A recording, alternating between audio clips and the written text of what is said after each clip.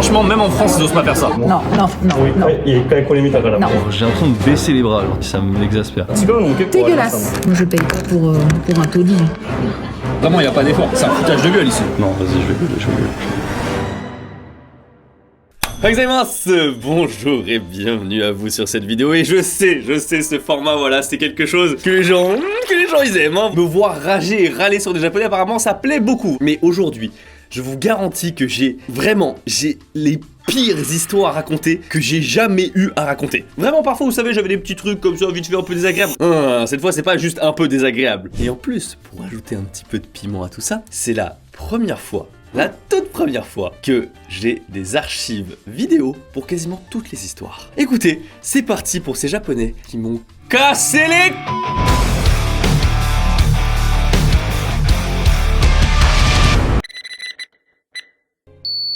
Ah, peut-être que vous avez pas la ref, en fait ça vient d'un animé qui s'appelle Mob Psycho 100. On suit un garçon qui a des pouvoirs et qui se restreint vraiment en permanence, et quand il arrive à 100% de ses émotions, et bien là... ça éclate. Je vous jure, parfois j'ai l'impression d'être lui, sauf que, bon, quand je m'énerve, c'est beaucoup moins impressionnant. Et d'ailleurs, la saison 3 vient de sortir, et je sais, voilà, vous m'avez vu venir. Je suis là pour vous parler de la plus grande plateforme d'animé au monde, c'est-à-dire Crunchyroll. Et cette saison... mais waouh, on a tellement du lourd. Mob Psycho 100 saison 3, qui est un de mes animés favoris, je vous avoue. La saison 2 de Spy Family, voilà, ça nous a conquis clairement et on en redemande. La saison 6 de My Hero Academia, et enfin on commence à avoir des enjeux un petit peu plus épicés. Et bien sûr, le démarrage de Chainsaw Man en animé. Ah, c'est pour ça que je vous ai dit, cette saison, vraiment, on est gâtés. Alors pour ce qui est de Chainsaw Man, tout le monde m'en parlait en tant que manga, mais maintenant que c'est en animé, oh là là là là là là là là là. C'est l'histoire d'un homme qui s'appelle Denji qui n'a aucun sou, et avec l'aide de Pochita, son chien tout mignon, voilà, qui est aussi un démon tronçonneuse, il continue de rembourser les dettes de son père. D'ailleurs un pattern assez courant ça au Japon, de rembourser les dettes des parents, tout ça. Et étant donné son apparence, voilà, vous vous doutez qu'il va fusionner avec Pochita, son chien tout mignon, comme je vous l'ai dit, et il va donc devenir Chainsaw Man. Bref, Crunchyroll c'est vraiment la plateforme pour mater ses animés favoris, et je vous offre 14 jours de démarrage gratuit. C'est avec mon lien dans la description, et vraiment pour ceux qui ne connaissent pas le plaisir des animés, c'est vraiment le moment de vous lancer. La plus vulgaire des arnaques au Japon. Cette histoire, mesdames et messieurs, se déroule lorsque j'étais en plein live. Tu m'étonnes que j'ai des archives vidéo.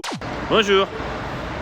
C'est bon, ça fonctionne, hein? C'est bon? Ouais. J'étais avec Jill, voilà, qui est très sympathique, bien sûr, et on était tout simplement à Shibuya, dans le parc Miyashita. Alors c'est pas un parc, en fait, c'est un centre commercial, et il y a plein de petites boutiques, c'est très sympa, il y a même des trucs très cool à voir en haut, enfin je veux dire sur le toit, parce qu'il y a même un truc pour faire du beach volley, c'est très bien aménagé, c'est très propre, c'est très agréable, c'est très Japon, voilà. Et dans tout ce bâtiment, on se dit, on aimerait bien quand même manger. Du coup on regarde, et j'ai un souvenir, c'est que en bas du Miyashita Park, en fait, eh bien, il y a une ruelle où il y a plein d'izakaya, il y en a plein, voilà, qui sont alignés, et ça fait une ambiance très cool, c'est très joli, c'est très touristique aussi, mais c'était visuellement sympa, je me suis dit, franchement, pourquoi on n'irait pas là-bas? Du coup, on descend du Miyashita Park, on va pour choisir un izakaya, on prend pas celui-là, lequel on prend, et au bout d'un moment, on finit par se décider et prendre un izakaya. Bah écoutez, on part là-dessus, vous êtes tous d'accord? Alors, vous me connaissez peut-être déjà, voilà, et vous savez que les izakaya, je le sais pertinemment que c'est pas... En fait, c'est toujours pas cher sur la carte, tu dis oh putain tu peux commander ça, c'est pas cher, mais il y a des mais, ils ont des frais de table. Le truc très agréable, vous savez qu'on ne connaît absolument pas en France, les frais de présence. Bonjour, tu es rentré, tu nous as dit bonjour, c'est parti pour 2000 yens déjà dans notre poche. Mais ça ne s'arrête pas là. C'est que les izakaya, généralement, eh bien, tu te fais avoir parce que, eh bien, tu bois, tu prends plein de petites choses et finalement la note elle gonfle, et tu te rends compte que finalement, par personne, tu finis par casquer une belle somme, hein, je veux dire. Parce que sachez que en plus les restaurants au Japon ils sont moins chers que les restaurants en France. Donc par exemple lâcher 50 € dans un izakaya, déjà c'est énorme, mais c'est pas si rare en fait. Ça arrive que tu te retrouves avec ce genre de somme en mode bah en fait ça reste si cher pour tout le monde. Bon en plus il y a parfois des problèmes pour partager la note parce que forcément tout le monde on doit faire notre commune, on doit diviser, bref c'est un bordel, mais on n'est pas là pour ça aujourd'hui. On est que deux, on choisit un izakaya, on y va. Visuellement il y a rien de particulier, je veux dire c'est un peu le bordel à l'intérieur mais c'est toujours comme ça dans les izakaya. On s'installe et on commence à commander. Et là déjà je remarque un truc, c'est sur la carte. Wow. Alors d'habitude il y a déjà beaucoup de choix, mais là la carte c'était plus une carte, c'était un catalogue. Vraiment je défilais les feuilles comme ça là. Ça ne s'arrêtait pas. C'est un livre, c'est pas un menu, c'est un livre. Il y avait, mais tout ce que tu pouvais trouver au Japon, tu peux le trouver dans cette carte. Ce n'est pas bon signe généralement quand il y a ce genre de choses. Je commande des brochettes, et en fait je comprends qu'en fait les brochettes elles sont produites par un truc un peu indépendant à l'intérieur de l'izakaya, et du coup quand ils apportent les brochettes, eh bien je dois régler les brochettes tout de suite avant d'attendre la note finale. Vous sentez la bourbe là qui commence à monter. Et en plus là je vois 5 brochettes qui arrivent, 900 yens. 5 brochettes, 900 yens. En plus, la brochette, elle est éclatée. Encore, ce serait une belle brochette, quelque chose. Non, elle est éclate max. Je goûte le truc, c'est même pas ce que j'ai commandé. La tension qui monte là. On se dit bon, on prend un truc en plus. Je voyais des sashimi de saumon sur une photo, mais vraiment ils ont l'air mais bien fat, bien Japon, vraiment généreux. Je me dis bon, généralement sur le poisson cru au Japon, t'as rarement des surprises, t'as rarement des erreurs. Donc on commande ça. Je me souviens encore du prix, c'était autour de 900 yens aussi les sashimi. Quand ils arrivent, c'est une honte. En live, quand le truc arrive, j'explose de rire. Vraiment, je vois le truc arriver, je rigole. La tranche, une finesse. Le truc était tellement fin, on pouvait voir à travers. Ça, c'est une chose. Les tranches sont fines. Il y a 3 tranches. Non mais là c'est chaud là. Je vais être honnête, même en France, ils osent pas faire ça. J'ai jamais vu ça. Je regarde la carte, je me dis attends, c'est bien ça que j'ai commandé. C'est bien ça que j'ai commandé. L'image c'est ça. Attends mais j'ai vraiment payé ce prix là. Les pires arnaques de Tokyo. Je vois l'épaisseur, je vois le visuel. Je me dis est-ce que c'est pas un saumon particulier, je sais pas, qui vient de je sais pas où. Non. C'est du saumon basique et j'ai 3 tranches translucides pour 900 yens. 900 yens? Ça se foutage de gueule. Et ça continue parce que moi j'aime bien manger les sashimi avec du riz. Ouais, j'aime bien le riz comme ça, j'aime bien le riz à côté, ça se fait pas trop mais moi j'aime bien, voilà, j'ai été formaté comme ça. Et là il me sert du riz. Et au début le riz, bah normal, tu vois, le riz au Japon. Comment tu veux le rater? Je veux dire, t'appuies littéralement sur un bouton, l'autocuiseur il fait tout. Le riz arrive, le riz au-dessus, ça va normal. Et là j'arrive au fond du bol. Le riz était dur de fou. Mais ce qui m'a choqué encore plus que ça, ouais, j'ai du riz dur, t'as rien à faire, y a pas d'effort. Au Japon quand le riz il est dur comme ça, et c'est vraiment y a pas d'effort. C'est un foutage de gueule ici. C'est comme si t'allais dans un resto en France et on te servait du pain congelé. Le même niveau, ça va taper au système et c'est là où tu sais j'arrête de rigoler et ça me vénère, Du coup on veut se casser, j'ai pas envie de taper un scandale dans l'izakaya machin et tout. On n'aurait pas dû venir là, voilà, c'est ma faute. Je vois la note arriver. Il y a un 0 en trop. Qu'est-ce que c'est ces conneries là? On a vraiment cette sensation, on n'a pas beaucoup mangé, on a mal mangé, on est énervé, même le riz est éclaté. 7500 yens. 7500 yens ça fait plus de 50 balles. What? Je vous jure, comme j'étais en stream, je me suis retenu. J'aime pas taper des scandales, je suis pas le genre de mec, voilà, les machins et tout ça. Et là j'ai dit, franchement, j'aurais pas été en stream, j'aurais peut-être hésité à partir sans payer. Vraiment, c'était ce niveau-là, c'était vraiment ce niveau-là. Voilà, maintenant ça me fait rire, Mais vraiment, c'est dur de vous transmettre à quel point j'ai halluciné avec un truc comme ça. Donc vraiment, les izakaya, allez-y avec des gens qui sont déjà au Japon, qui connaissent les bonnes adresses, parce que faites pas comme moi. Bon écoutez, voilà, c'était la première histoire, j'espère qu'elle vous aura plu, parce que c'était la moins pire de toutes. Et d'ailleurs, je dis ça, mais la dernière histoire, vraiment, restez jusqu'à la fin, elle m'est arrivée hier, là, pour vous dire. C'est la première fois que je suis rentré en conflit avec un japonais, mais en face, comme ça, vraiment en face. Je crois que c'est la toute première fois. Et j'ai été obligé de le menacer, le gars, pour bref, je spoil pas la vidéo. Le joli parking.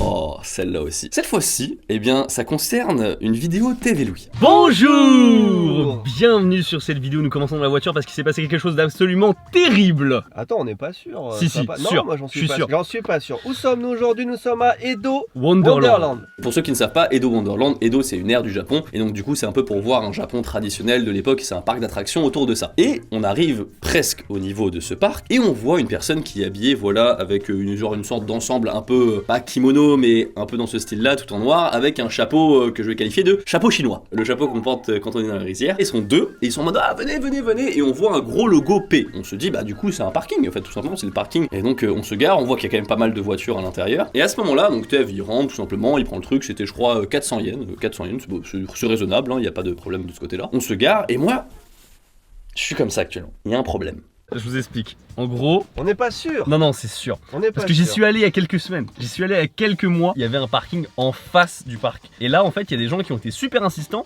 En mode venez. Et en plus, ils portaient des chapeaux chinois là. Pour nous appâter en mode si, c'est là. On n'est pas du tout sur le parking de Wonderland. Et je suis sûr, là, c'est des mecs qui t'appâtent juste avant le parc. Et tu vas voir qu'il y a des places de parking en face de l'entrée. Et là on vient de se faire baiser. Moi je suis pas sûr, mais... Je suis sûr, moi je suis sûr. Je regarde en face de moi tout simplement, et je vois une affiche Edo Wonderland, un vrai truc énorme, Edo Wonderland, parking, de ce côté-là. Et du coup je le dis à Tev. C'est là-bas, donc on s'est fait baiser mec, c'est sûr. Parce que là il y a marqué entrée du village. Regardez, Edo vous allez voir, en fait les mecs ils savaient même pas qu'on allait au Edo Wonderland, ils nous ont appâté direct. et on s'est fait avoir comme des bleus. Mec, le mec nous certifie que c'est bien le parking du Edo Wonderland, mais on Je va... ne suis pas convaincu. À partir de là, Tev il me croit pas trop. Vous voyez, Tev il est en mode non, ça va aller, c'est rien, tout ça. Mais moi, je le flaire. Et du coup, Tev, par acquis de conscience, il va quand même demander à la personne qui nous a incité à venir dans le parking, est-ce que c'est bien le parking officiel du parc? Et il me dit oui, il bafouille pas, il dit oui, y a pas de souci. Je le sens pas. Parce qu'on sort du parking et on marche sur la route avant d'arriver au vrai parking du parc. Regarde la taille du parking, mec. Ouais, c'est vraiment bizarre. Non mais mec...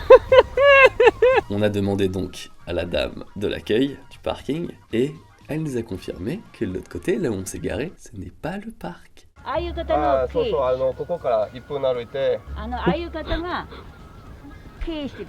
すごい悪いよね。 Le mec là-bas, là, le japonais, il nous a menti. Effectivement, mesdames et messieurs, j'avais raison. Ils n'ont absolument rien à voir avec Edo Wonderland et c'est des purs enfoirés qui se mettent là pour te faire croire que c'est Wonderland alors que pas du tout. Et en fait, ce qu'ils font, c'est qu'ils s'habillent un peu en mode Edo, tout ça, avec le chapeau, la petite tenue, pour attirer les gens qui viennent pour le parc Edo Wonderland, pour qu'ils récoltent tout le pognon. Et la majorité des gens, comme je vous l'ai dit, auraient laissé passer, auraient laissé couler, on aurait dit, bon, ouais, c'est chiant, mais allez, on y va, on va pas retourner la bagnole pour...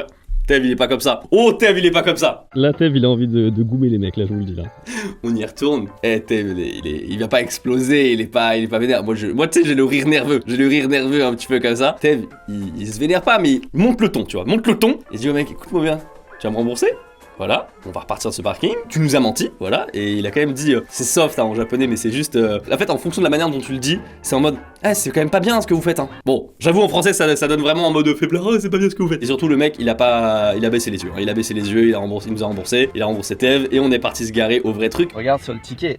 Le parking s'appelle pas parking de Edo Wonderland. Il s'appelle parking de devant Edo Wonderland. Bande d'enfoirés, je supporte pas ça. C'est comme s'il y avait un parking devant Disney et qui s'appelait parking devant Disney. C'est dégueulasse. Ça nous a écœuré, juste pour calculer vite fait comme ça avec Tev, on a calculé le nombre de voitures et on s'est dit combien au mois ils gagnent. Et les mecs ils se font quand même, je crois, 6-7 000 balles par mois quoi. Tu sais, c'est ça de manque à gagner pour le parc et c'est vraiment dommage. Donc voilà, ça s'est bien résolu, mais méfiez-vous, tous les Japonais ne sont pas honnêtes, bienveillants, tout ça. C'est faux. Ok, avant de passer aux plus grosses histoires, là j'ai une petite histoire rapide. C'était quand je devais faire un appel pour réserver un restaurant. Bref, c'est un truc rapide, tu vois. Et c'était un restaurant un peu particulier, voilà, où c'était pas toujours évident. Je peux pas vous en dire plus, mais c'est un peu particulier. Et donc j'appelle pour avoir une réservation et j'ai eu le coup de téléphone le plus japonais de ma vie. Et pourtant, vous savez que j'en ai eu des coups de téléphone un peu chelous, tu vois. J'insiste, on reste en statu quo, comme ça on reste un peu débiles tous les deux. Mais là, la personne, si vous voulez, donc j'appelle comme ça, et je dis bonjour, j'aimerais réserver, tout ça. Et la personne me dit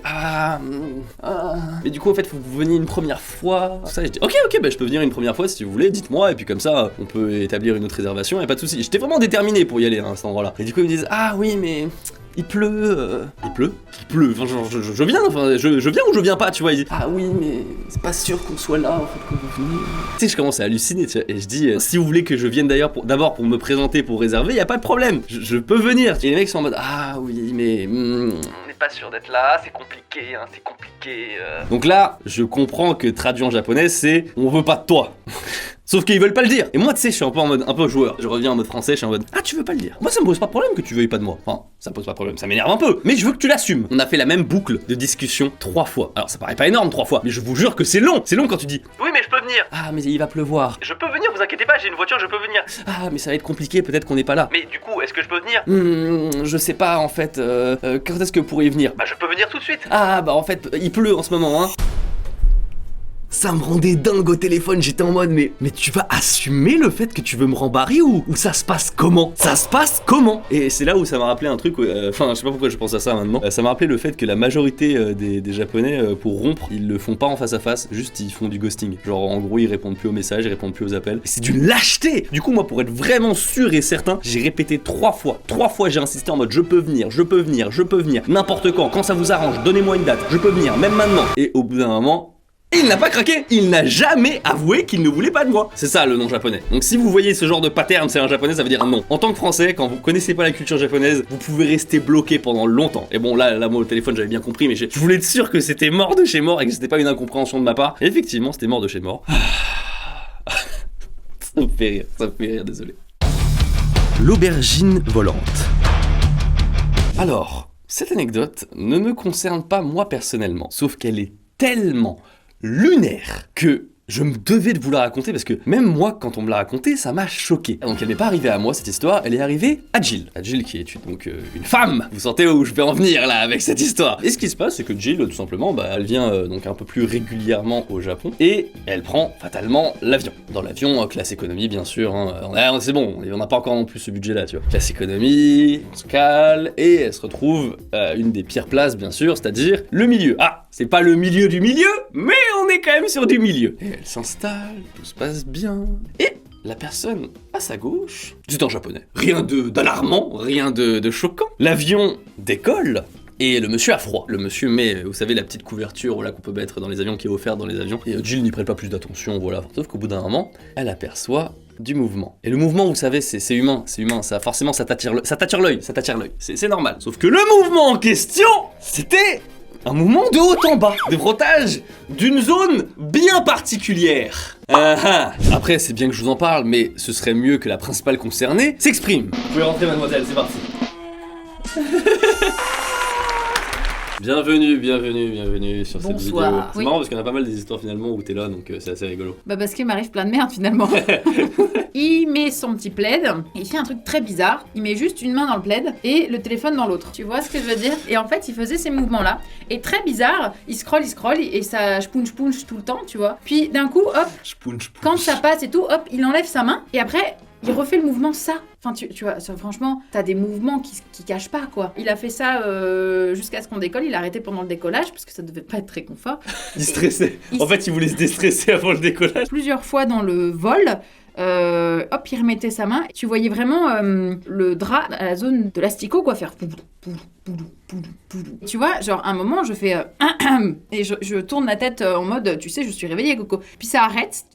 Et puis, il fait genre, ouais, il slide sur son téléphone. Ok, c'était cramé, quoi. Ouais, mais il est serein. Et aussi, oui, il avait enlevé ses chaussures et il fait ça à chaque mouvement. Enfin, frérot, au bout d'un moment, qu'est-ce que t'es en train de faire, quoi? Tu sais, c'est le genre de truc, t'as toujours un peu cette idée de te dire, non, mais ça peut pas être ça. Et au fait, parfois, c'est juste la solution la plus logique qu'est la réalité, quoi. L'avion était full. J'avais plus de place. Et puis après, il a dormi un bon moment. Et quand on arrivait vers le Japon, il a recommencé, tu vois. Il a fait ça, honnêtement, je pense qu'il a fait ça 4-5 fois. Ah, lunaire! Je vous ai prévenu dans cette vidéo, il y a que des trucs lunaires! Et je vais partir pour la dernière histoire, et franchement, c'est du grand n'importe quoi. Confrontation. J'espère que vous êtes remis de vos émotions après la dernière histoire. C'était pas... épicé, comme on dit, épicé. La dernière, c'est la pire interaction que j'ai eue au Japon de toute ma vie. Franchement, j'ai beau chercher, je crois que j'ai pas eu pire. Très sincèrement, j'ai pas eu pire. Nous sommes, encore une fois, avec Jill. On a décidé de passer une petite journée, voilà, où elle voulait visiter Oshino Hakkai. C'est un endroit qui est assez connu des touristes, mais des touristes japonais. C'est un endroit, en fait, depuis lequel on peut voir très bien le mont Fuji, donc c'est vraiment très beau. Et en plus, il y a, on va dire, un aspect un peu village, sympa, tout ça, et après, il y a vraiment un truc très touristique. C'est vraiment pour prendre ses photos, il y a plein de trucs goodies à acheter, vraiment, c'est des trucs basiques. Et le soir venant, elle avait réservé un hôtel, et on va donc se diriger vers cet hôtel. On arrive à l'hôtel. Déjà, l'hôtel n'a pas de forme. Je sais pas comment vous dire, mais il est dans une sorte de bois chelou. Les places de parking, c'est pas des places de parking, en fait, c'est juste des emplacements dans genre sur de la terre. Il y a des arbres pour couvrir.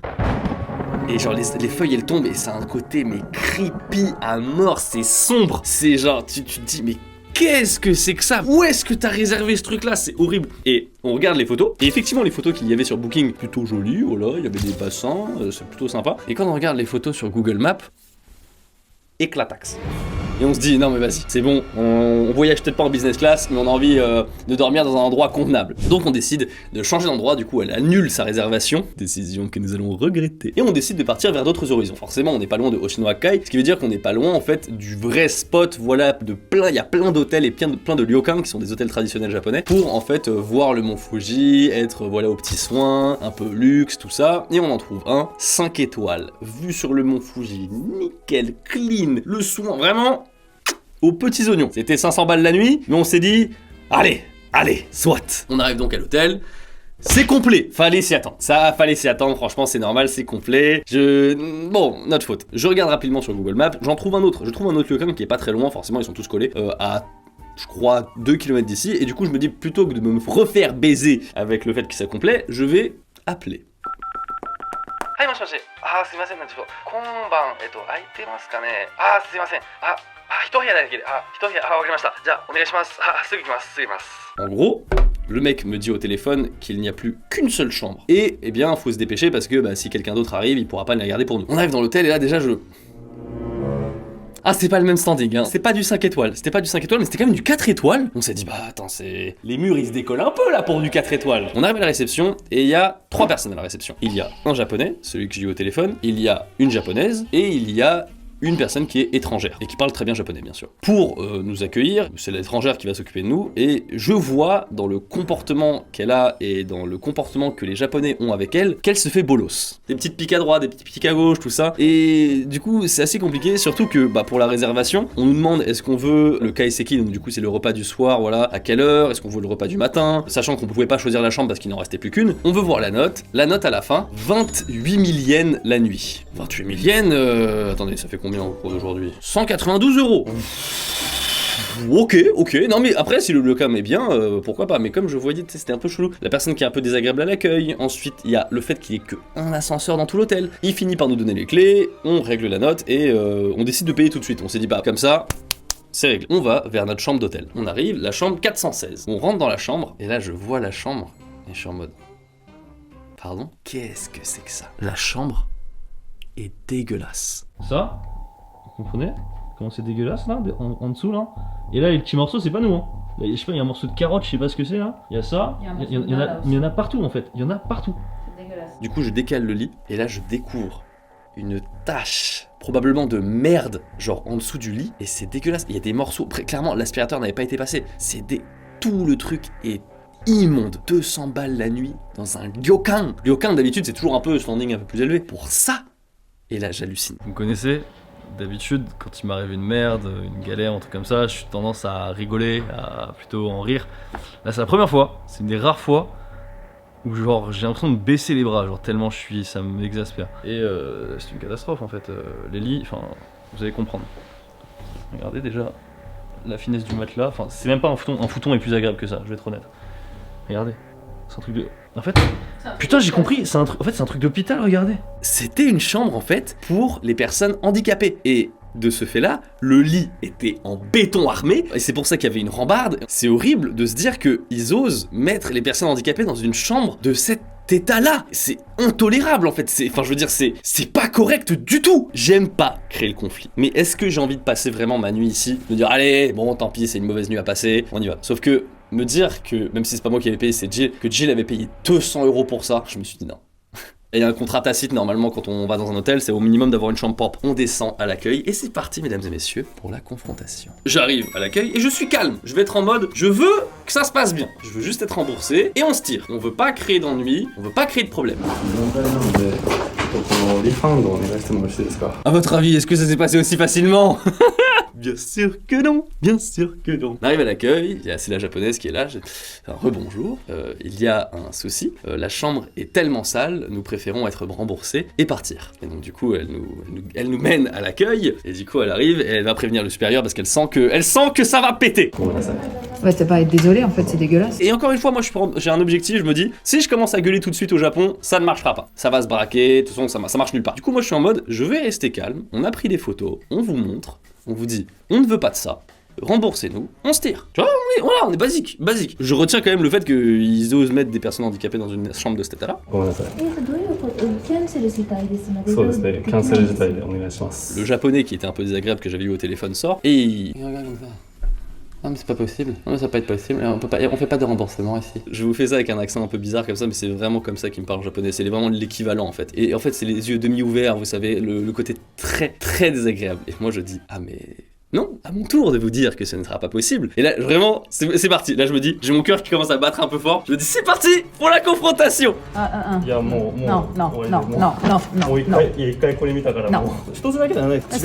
avez vu, hein? Je reste calme, je demande juste le remboursement. Parce que si jamais ils appellent la police pour résoudre ce conflit, je sais pertinemment que je serai perdant. Et la politique de l'établissement, quand on vous annule comme ça, on garde 100% des frais. Et ils s'attendaient à ce qu'on soit les petits japonais un peu fragiles en mode ah bah d'accord, bah zut alors, vous nous avez arnaqué, et bah on rentre. non, ça ne passera pas comme ça. Vraiment, c'est honteux ce qu'ils ont fait. Et donc du coup, le mec voit, je monte les photos, le mec dit bon, vas-y, on va leur mettre une autre chambre. Attends. Vous vous souvenez de ce qu'il nous a dit au téléphone? Il ne reste plus qu'une seule chambre. Venez vite. Le mec avait d'autres chambres. Et il nous a délibérément mis dans la salle, dans la chambre pour les personnes handicapées, qui n'est pas lavée, qui n'est pas entretenue, qui est dégueulasse, pour se dire, si jamais il y a d'autres clients japonais qui arrivent, ou d'autres clients tout court qui arrivent, il dit, ouais les gaijin, je vais les mettre dans la chambre pour handicapés, là, hop là. Et le mec voulait pas nous rembourser, et il voulait juste nous changer de chambre, et j'ai dit, ce sera pas possible. Et le mec était en mode, oh là, notre établissement, blablabla, et tout, et je lui montre les photos, et je dis, c'est correct ça? C'est correct pour vous ça? Et le mec ne veut pas, Et du coup là, le ton commence à monter, le ton monte, mesdames et messieurs, là, la box, là, comme ça, la box.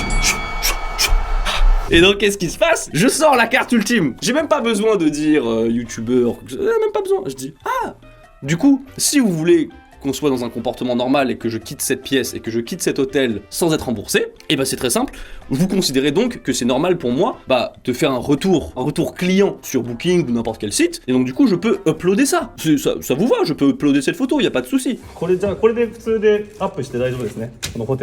Et à partir effectivement du moment où j'ai dit upload, ils ont dit ok c'est bon, donnez-nous votre carte bleue, machin et tout, et ils ont fait le remboursement, voilà. Alors, je veux pas dire qu'ils ont été peut-être corrects, mais c'est déjà, je trouve, assez exceptionnel au Japon qu'ils remboursent quelque chose comme ça dans un hôtel. Et c'est fou que j'ai dû arriver à menacer quand même la personne. Regardez bien, vérifiez bien les hôtels que vous prenez. J'aime à penser qu'ils ont pas fait ça parce qu'on était étrangers. Mais en tout cas, lui, c'est sûr qu'il va pas avoir une bonne image des étrangers après ce qu'on a fait, hein, ça c'est clair.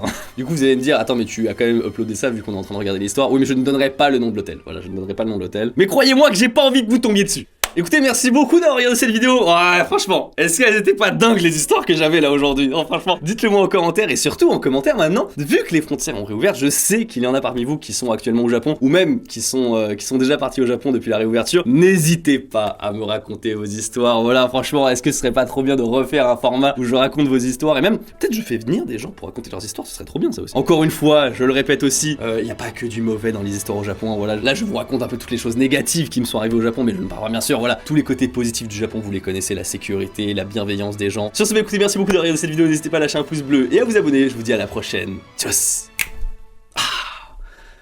Ça m'a fait du bien de râler.